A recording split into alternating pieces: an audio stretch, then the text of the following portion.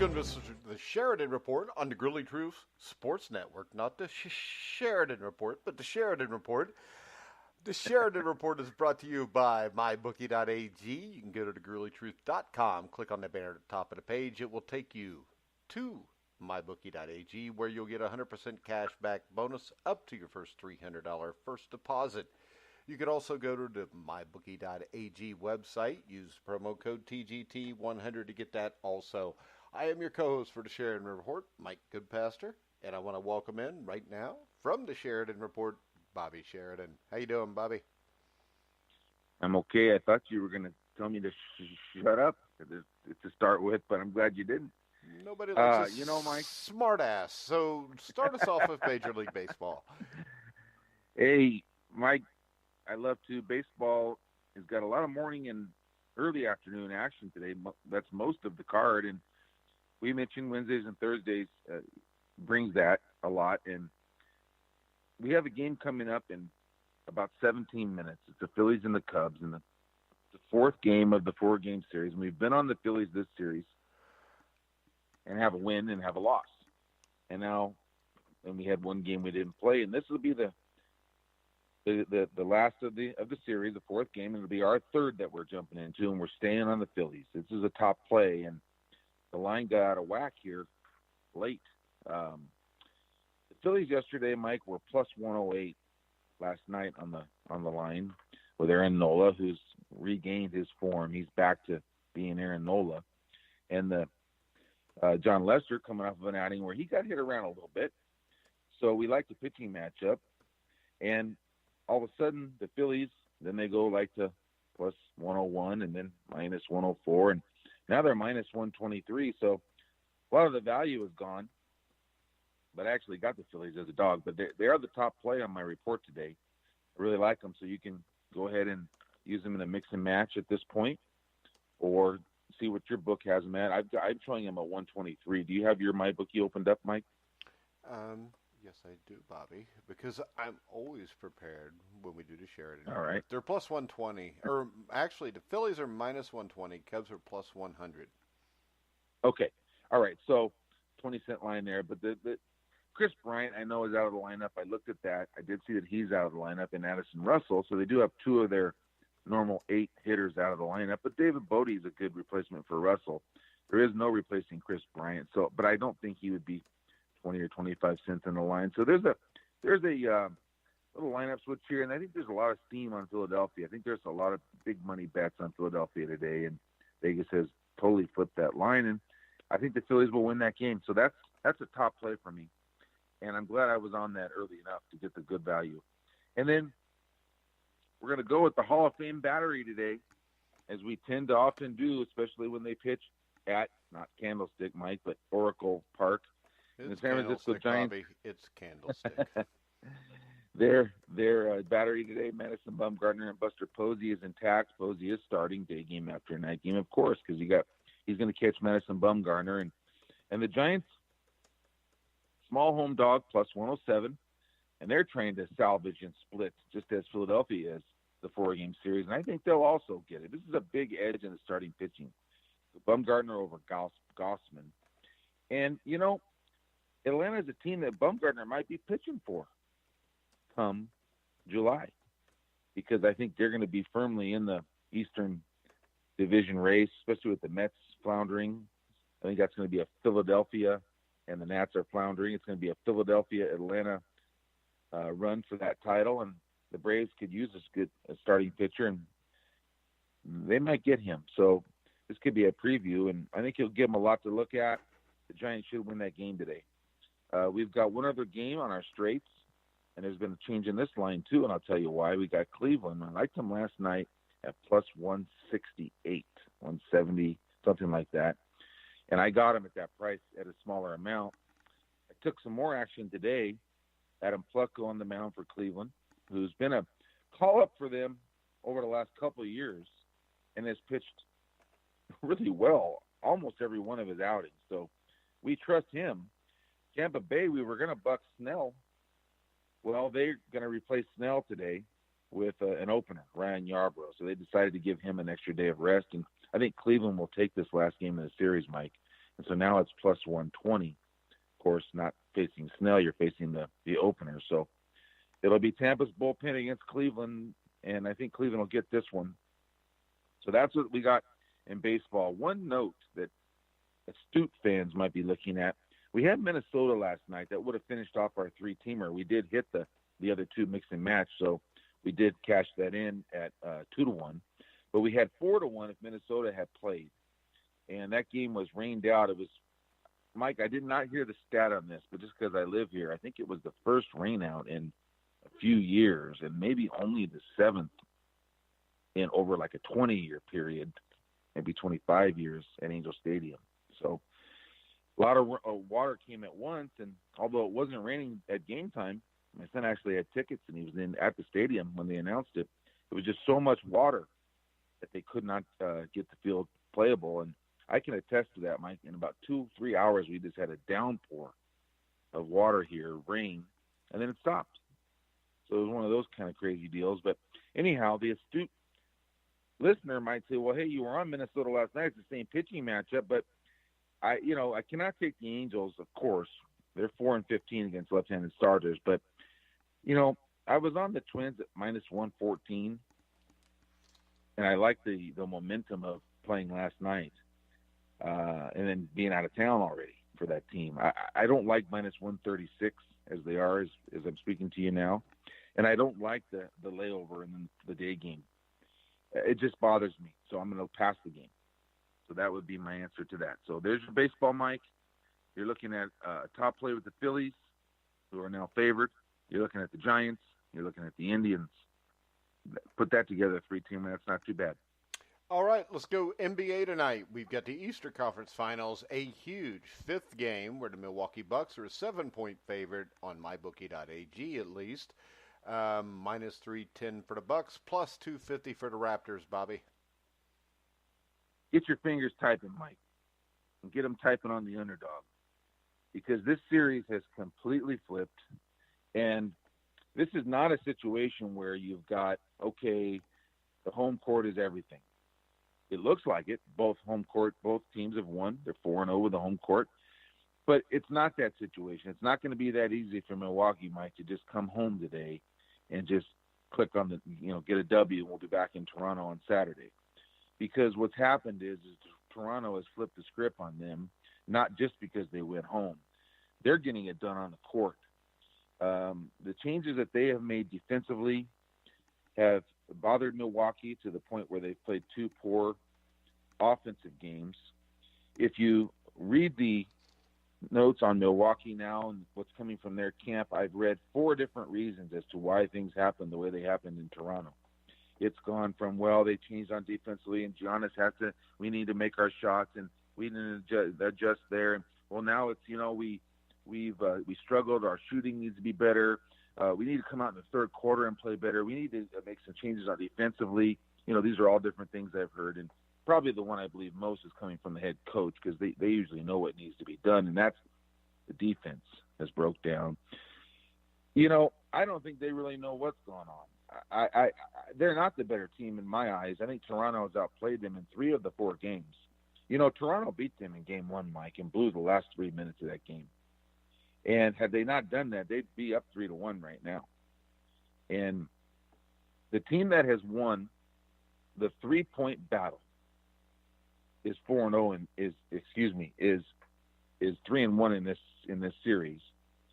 And that's Toronto. Toronto won both at home. But they split when they were in Milwaukee in terms of having the most 3-point field goals made. That game 1, they made 15 3-pointers and got beat. And that's an anomaly, because the team in the NBA and all of the NBA playoffs that has made more 3-point field goals has covered 80% and won close to 90% of the playoff games. So the 3-point shot is huge. So Toronto losing game 1 was an anomaly. They outshot them. They outplayed them. So to me, going back to Milwaukee, you have a team that we talked about doubt. I really felt Milwaukee had a lot of doubt in game 4 as to what happened in game 3, and it was a blowout loss for them. And I think there's even more doubt as I'm reading 4 or 5 different things that have to happen from different members of their camp. I don't think they know what's going on, Mike, and they're going to get outshot again today by the 3-point ball because you have the emergence of Powell. You have the re-emergence of Van Fleet and Ibaka. You've got the leadership from Gasol, and you've got Leonard. And all these guys shoot the three. And the three is the key to winning. So, to me, only one way to play this. And then, then if you're a Milwaukee guy, you're not getting any value because Vegas takes it and they jack it the full 10.5 points. So your Milwaukee's -7.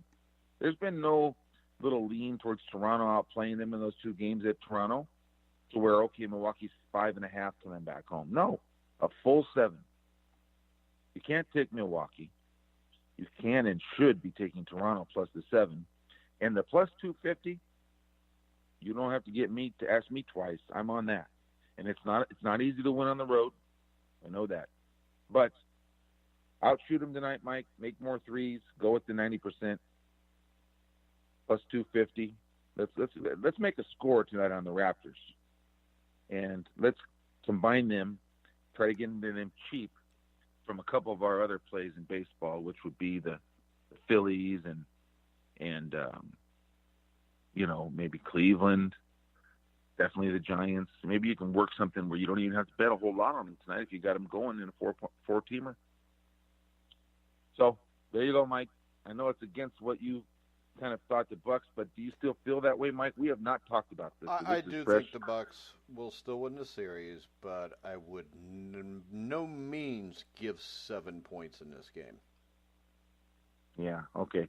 Well, that's good to hear, Mike. I'm glad you feel that way because I know you literally like the Bucks a lot, and so there's been some changing landscape in your mind too. I still like the Bucks, and even if I'd have liked it the same way, I just think 7 points is a lot to give in a game this deep in a series that's 2-2. Yeah. Well, I definitely agree there. There's no value. There's no value in playing the points. I think there's good value with taking the points, and I happen to really like Toronto. Obviously, I just spoke 4 minutes on that or 5 minutes, but I really think this is the right way to go with the number. You could probably bet about 20% or 25% of your plus 7. Bet that on the money line because they got a good shot to win this game. They should have taken game 1, and if they make more threes again tonight, I think they're going to win this. I think they're going to win this game, and I just think there's just more better 3-point shooters on their roster than what Milwaukee has. Even Lowry, he shoots the 3 ball better than Bledsoe. I don't have stats in front of me, but my eyes tell me that. I think Lowry outplays Bledsoe. I think this is a better team. Ibaka, Gasol, that tandem there is about as good as you can have at the center position. 2 people. And Leonard, he only played 34 minutes in game 4. That's a huge edge. That's a huge advantage that he didn't have to go 50-plus minutes again. They still got the win without him. That's a pretty confident team right now. I wouldn't be betting against Toronto. Just because you're coming back home to Milwaukee, that's just supposed to just magically mean everything. It means a lot, but it doesn't mean everything. So, anyhow, it's going to be a great game. It's going to be there's no baseball to go against it tonight. This is what's going to be everybody's watching tonight. And this will be probably the winner of the series will be the winner from this game, most likely. So, anyhow, right, Mike, I know we'll what do do you that got for on this day? Well, on this day, let's keep our week going strong. Last night was one of the best inside boxing dailies that I've listened to. I fell asleep to it last night. Now, that doesn't mean it was boring. What I mean by that is I listened to it went forever. It was like 2 hours and 20 minutes. It was like, well, yeah, but like I said, it was like Roots. Yeah, but it's because it was so much great content. I heard the first hour and a half of it, and I finally dozed, and I'll catch the end of it later. But that was a great show, Mike, and we've had great commentary on this day. Let's keep it going with 1981. Yeah, Puerto Rican boxer Wilfred Benitez. He became the youngest 3-division world champ. He was the youngest world champ. I mean, he turned pro at the age of 15. His dad, Gregorio Benitez, was his trainer. This is a kid, like I said, he was fighting professionally just after he turned 15. And in 1976, at the age of 17, he became the lineal WBA light welterweight champion as he beat Antonio Cervantes, who was known as Kid Pamble, who was 30 years old with a record of 74-9 at the time. Benitez won a split decision against him, and it's one of the most amazing feats in boxing history that somebody who, let's see, he couldn't even go out and buy a pack of smokes, and he's fighting for the welterweight championship of the world. And he won that fight, defended the title successfully. He did, the first blemish on his record was a draw with Harold Weston, who, really cool dude, very underrated fighter. He would go on to beat Weston later on, I think at welterweight, and that was a world title defense. From the title he won from Carlos Palomino. Weston's a really interesting guy. You can find him on thegruelingtruth.com on the Legends show. He won 2 close decisions over Bruce Curry, and then he beat a very good Randy Shields. There's another interview you can find on the Legends show. And then he won the WBC World Welterweight title to become the youngest man to win a title in 2 divisions at the age of 20 when he beat Carlos Palomino by a split decision at Hiram Bithorn Stadium in his home, San Juan, Puerto Rico. And Palomino you can find on the Grueling Truth Legends of Boxing show. He beats Weston in the rematch after that. Then he fights Sugar Ray Leonard November the 30th, 1979. And I think this was the same night, the fight before it, to tell you how things have changed. The undercard for this fight, which was on free TV on ABC's Wide World of Sports with Howard Cosell, the undercard to this was Holmes Shavers 2 for the heavyweight championship of the world. Leonard Benitez. Benitez, I mean, made a good showing. He didn't get completely blown out, but Leonard ended up stopping him in the 15th round. From there, he gets back on track by beating, I think he beat Johnny Turner, Tony Schiavone, which if I remember right from watching that was on NBC on like Friday Night Fights. They did a replay of the old Friday Night Fights from the 50s and 60s for a year or 2 there. And then he beat Pete Ranzani by unanimous decision. He gets a shot against Maurice Hope for the world's super welterweight title. And that is where he wins the 3rd title in 3 attempts. And Benitez is known as one of the greatest defensive fighters of all time. People used to call him Radar because it just seemed like wherever the punch was, you'd miss him. Against Hope, he's fighting at 154. This is a guy that won the junior welterweight title, which is almost 15 pounds less. And Benitez knocks Hope out, a devastating knockout in the 12th round, Caesars Palace, Las Vegas. I think it was named Knockout of the Year by Ring Magazine, and that gave him his 3rd title. He then went on to fight a historic fight against another Puerto Rican, Carlos Santos, who he beat by unanimous decision. Then he gets to fight Roberto Duran. I think that was January or February of 82, and he dominated Roberto Duran. That's how good this guy was. And then he comes up and he fights Thomas Hearns on a pay-per-view match. He loses a close majority decision. It was absolutely a great fight. I think Benitez might even knock Hearns down there. But this is part of the problem turning pro. I mean, he won the title in 1976 at the age of 17. By 1982, he's, 22, 23 years old. He fights Tommy Hearns, and he's never the same after that. He actually moved up to middleweight and fought Mustafa Hamsho, who was a guy who went the distance with Marvin Hagler, I think like a few months before that, and Hamsho beats him. Davey Moore knocks him out in the 2nd round brutally, and he was never really the same. His career ended in 1990. He'll go down as one of the greatest defensive fighters of all time. The big story about Benitez is he started at a young age. His career declined after the Hearns fight. And then basically the rest of his life has been living on a $200 a month pension provided by the WBC. He suffers from incurable degenerative brain condition caused by the blows he took in the ring. And 1997, this is over 20 years ago, he was moved to a public nursing home for medical reasons. I know they made a big deal. Sugar Ray Leonard visited him at that nursing home in 2002. 2004, on top of all those problems, he got diagnosed with diabetes. Um, 2018. It gets even worse if it can get worse for him at this point. Hurricane Maria destroyed his home and made it really difficult for him to receive therapy. One of his old friends ended up helping him move to Chicago with his sister. So he receives better care now. There's a nonprofit organization called Ring 10 that helps impoverished fighters, that provides a monthly stipend to Benitez, and established the Wilfred Benitez Fund to raise more money for the fallen champion. And I know a friend of our show, John the Iceman Scully, who was a former light heavyweight contender for the World Championship, lost to Michael Nunn. Then he went on to do some boxing commentary at ESPN. He's wrote for multiple ring magazines. But John the Iceman Scully knows as much about boxing as about anybody you'll find.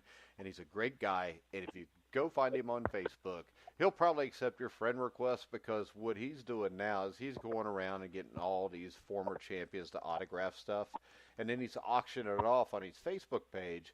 And I think the majority of that money goes directly to Wilfred Benitez's family to help take care of him. So make sure you check out John the Iceman Scully on Facebook. That's all I got on Benitez. I just wanted to get to the point where I could bring up John Scully and the great things he's doing for him and what Ring 10's doing for him. But go check out John Scully, because he's got some really cool autograph stuff from some great boxers, and all that money goes to a great cause. Oh, Mike, geez, that's what a sad story. I didn't know that about what's going on with him, and I'm glad I do know that now. And I'm going to check out the John Scully. And as far as Benitez goes, my only memory was when he fought Sugar Ray Leonard, and that was a big fight. And I remember Leonard, after he won the fight, jumping on the ropes. Such a moment, such a great bout. I didn't know that, Benitez has had all the problems he's had now. And, glad he's getting better care. But, it seems that to be the theme of a lot of these stories with boxers, is that it doesn't always end very well, does it? Boxers and football players. And let's face it, Bobby, these are combat contact sports. So it's what happens. And unfortunately, the people that make all the money off of these guys don't take care of them when they're done. And just like with boxers, hell, a lot of times boxers, you see they're getting $1 million purse. By the time they pay training expenses, promoter, matchmaker, the WBC or the WBA, I mean, they're walking away with 30% of that money. Yeah. But, all right, Bobby, I want to remind everybody real quick to go check out Phil Rankin. Go halfway down to grillingtruth.com. You'll find a handicapper's guide link. He will give you the top 7 horses in each race at 4 different tracks around the country for a mere $5 a day. You can check out the Sheridan Report, where Bobby, for a mere $10 a day, will give you all of the Sheridan Report, all his top plays, everything there. You can also get the top play today on the SheridanReport.com for $5 a day, or just pay $50 and you get everything every month, and you can make a little bit of money. Bobby, anything else we want to bring up before we go? I think we're good, Mike. I enjoyed listening to the Surviving Advance before our show. That was a good show. The Inside Boxing last night was a great show. I really enjoyed that, and I hope we do get a fight coming up. With that Wilder and Joshua. Yeah.